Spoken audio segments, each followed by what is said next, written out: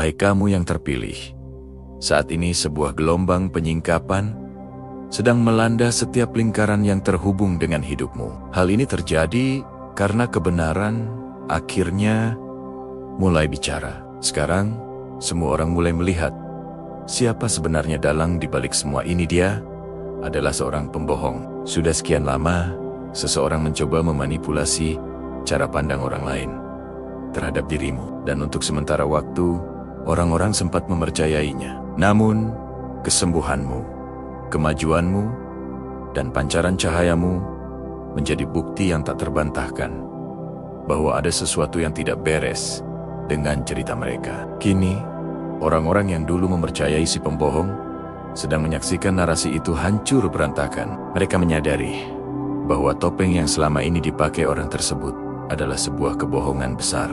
Orang ini telah menumpuk kebohongan di atas kebohongan lainnya. Setiap dusta harus ia ingat baik-baik. Karena jika satu saja terlupa, kebohongan baru tidak akan nyambung dengan cerita lama.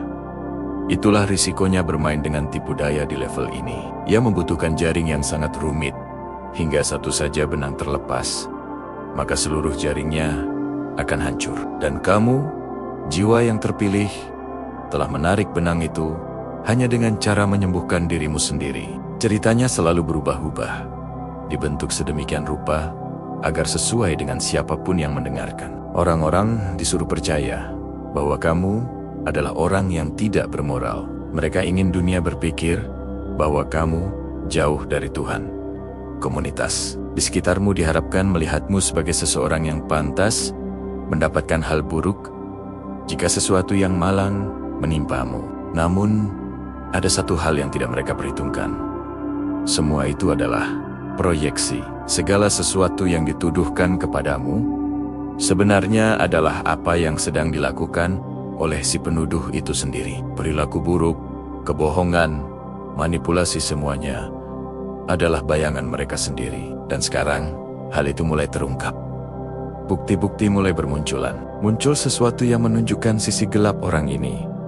Sangat berbeda dari citra orang suci yang selama ini ia bangun. Perbuatannya di belakang layar sangat bertolak belakang dengan apa yang ia banggakan kepada keluarga dan masyarakat. Topengnya benar-benar telah lepas. Ternyata, orang ini harus membayar utang, dan ia melakukan pekerjaan yang bertentangan dengan nilai-nilai yang selama ini ia khotbahkan. Mungkin hal-hal yang membuatnya malu jika diketahui orang. Alih-alih mengakuinya dan jujur tentang kesulitannya, ia justru menjadikanmu kambing hitam. Wajahmu ditempelkan pada sisi gelap orang lain, dan semua orang disuruh melihatmu sebagai sosok monster.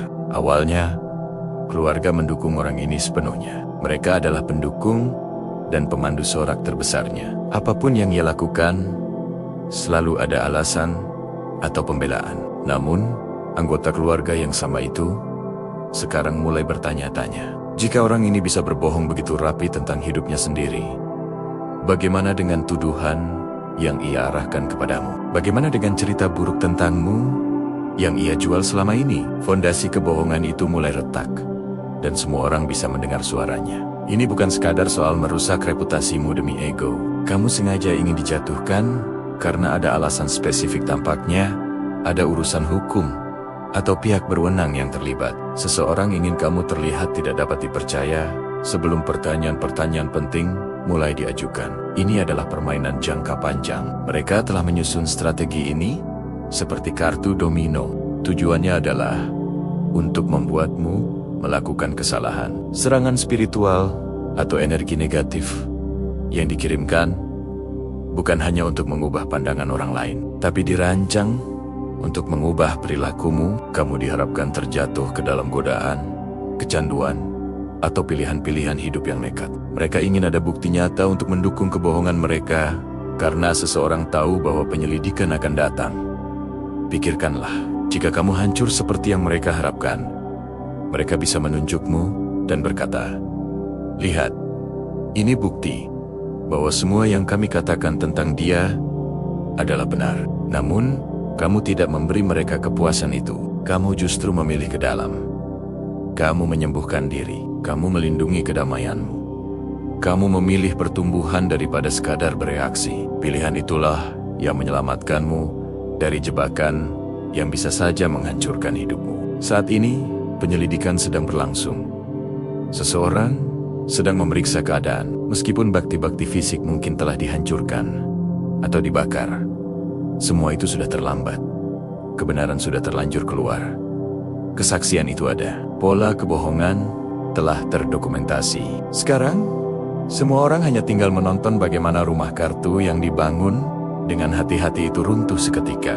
Persaingan adalah motivasi utamanya. Kamu dianggap sebagai saingan dalam permainan yang bahkan tidak kamu ketahui sedang berlangsung. Setiap langkah maju yang kamu ambil terasa seperti serangan pribadi bagi orang tersebut. Perjalanan kesembuhanmu tidak menginspirasi mereka, justru mengancam mereka. Karena jika kamu berhasil, jika kamu berkembang, dan jika kamu menjadi sosok yang tulus seperti yang selama ini mereka pura-purakan, maka kebohongan mereka akan menjadi sangat nyata. Jadi, mereka mencoba menghentikanmu sebelum keberadaanmu saja sudah cukup untuk membongkar kedok mereka.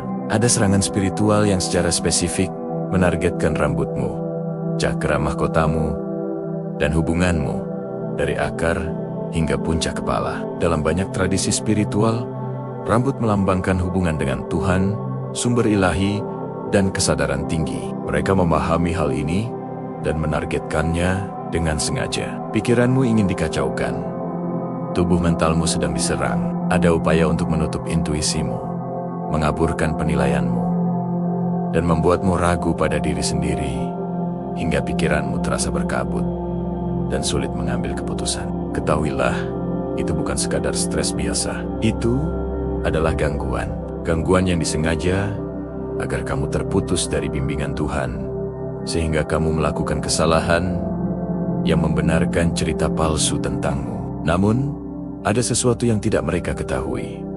Kamu memiliki perlindungan malaikat yang telah memblokir serangan-serangan itu. Setiap serangan spiritual yang dikirimkan terpental oleh perisai cahaya yang tidak terlihat. Pekerjaan batinmu untuk sembuh telah menciptakan baju zirah dari cahaya. Setiap kali kamu memilih kejujuran daripada kenyamanan, setiap kali kamu memilih untuk tumbuh daripada menyimpan dendam, kamu sedang memperkuat perlindungan itu. Panah-panah mereka ditembakkan ke arah benteng yang kokoh. Jika pesan ini menyentuh hatimu, tandai dengan like, dan mari terhubung lebih dalam dengan subscribe, agar pesan-pesan kekuatan seperti ini selalu sampai kepadamu. Sekarang, kamu diminta untuk membersihkan sesuatu dari rambutmu.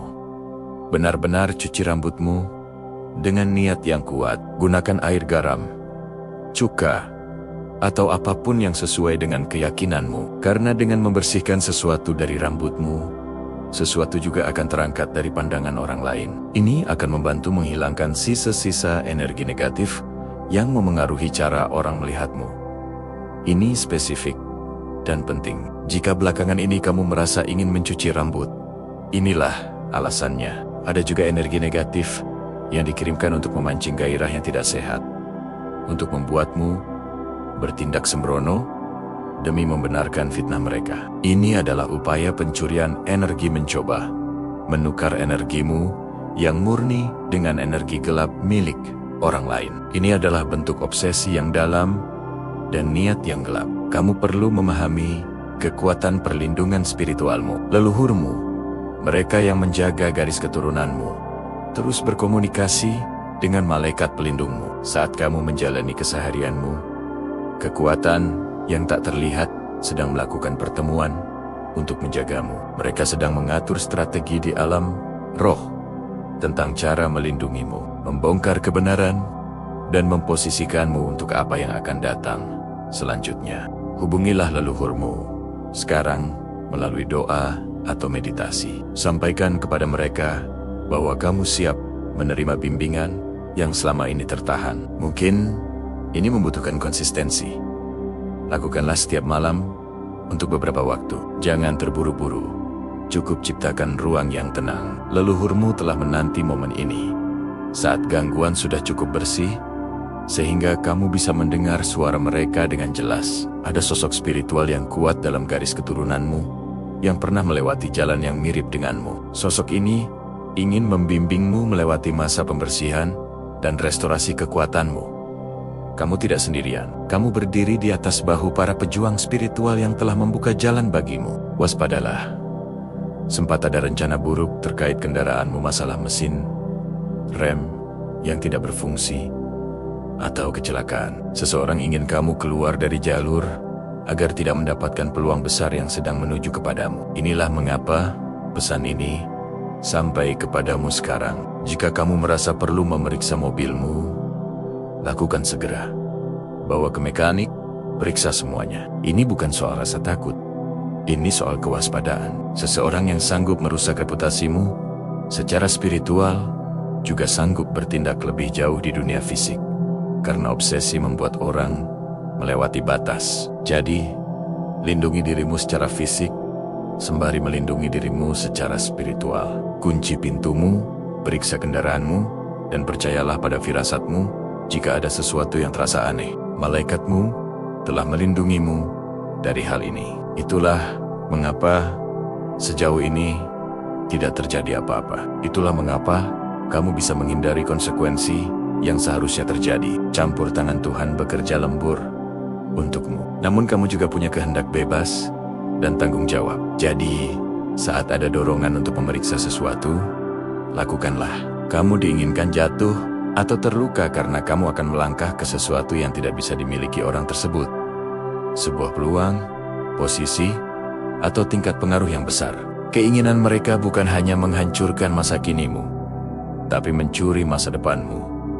Namun itu tidak akan berhasil. Alam semesta tidak membiarkan orang terpilihnya dijatuhkan oleh orang-orang yang iri, yang bermain dengan energi gelap. Fakta bahwa kamu ada di sini sekarang berarti kamu masih berdiri tegak dan masih dilindungi. Dan hal itu membuat seseorang di sana merasa sangat frustrasi. Kamu tidak perlu membongkar aib siapapun. Kamu tidak perlu menyelidiki siapapun. Kamu bahkan tidak perlu membela diri. Kamu hanya perlu sembuh. Dan kesembuhanmu itulah yang menjadi bola penghancur bagi semua kebohongan mereka. Pertumbuhanmu adalah senjata yang memusnahkan tipu daya. Ketika kamu mulai bangkit dari trauma dan sukses, meskipun banyak yang menghalangimu, orang-orang mulai bertanya, "Tunggu, jika dia bisa berkembang seperti ini, bagaimana mungkin tuduhan itu benar?" Kehidupanmu tidak cocok dengan narasi buruk yang mereka sebar. Ketidakcocokan itu menciptakan keraguan di benak orang lain. Keraguan itu berubah menjadi penyelidikan. Orang-orang mulai membandingkan catatan, mulai melihat lebih dekat kepada si penuduh, bukan yang dituduh. Mereka mulai melihat ketidakkonsistenan dan retakan dalam sandiwara tersebut. Setelah orang-orang benar-benar melihat, kebenaran menjadi tidak mungkin lagi disembunyikan. Seseorang sekarang hidup dalam penyesalan yang tak berujung. Bukan menyesal karena telah jahat kepadamu, tapi menyesal karena ketahuan konsekuensi yang ia rancang untukmu justru berbalik menimpa dirinya sendiri. Itulah karma, itulah keadilan Tuhan. Alam semesta sedang memulihkan keseimbangan. Kamu tidak perlu melakukan apa-apa selain tetap jujur pada dirimu sendiri. Kebenaran membela dirinya sendiri. Kini masyarakat sedang membicarakan apa yang sebenarnya terjadi.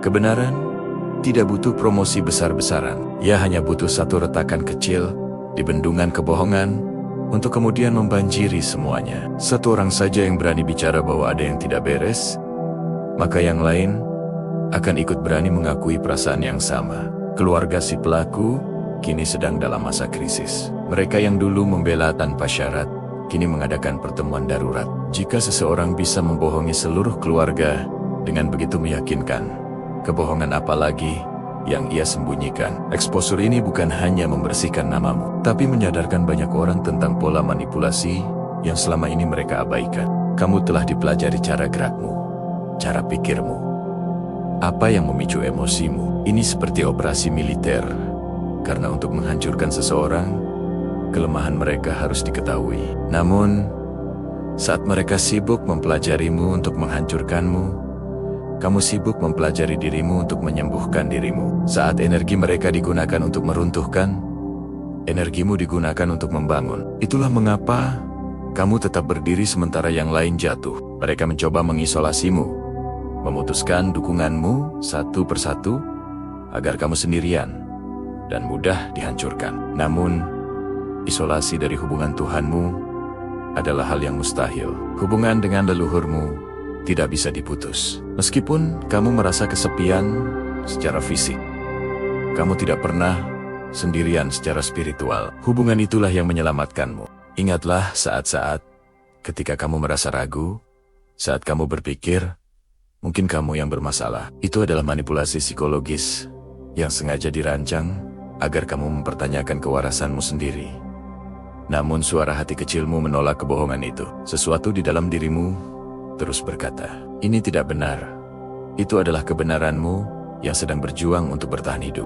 Bagi si pembohong, hidup dalam kepalsuan adalah penjara yang melelahkan. Ia harus selalu menjaga topengnya setiap saat, karena takut kebenaran akan terungkap. Kamu dihancurkan karena kebebasanmu mengingatkannya akan penjara pribadinya. Ketulusanmu menonjolkan kepura-puraannya. Kedamaianmu kontras dengan kekacauannya. Kini, karaktermu diuji dengan cara yang berbeda. Orang-orang yang dulu menjauhimu, yang mempercayai fitnah, atau yang ikut menyebarkan gosip, akan mulai kembali. Mereka datang dengan permintaan maaf atau penjelasan. Tugasmu adalah membedakan mana yang tulus dan mana yang hanya mencari keuntungan, karena sekarang namamu sudah bersih.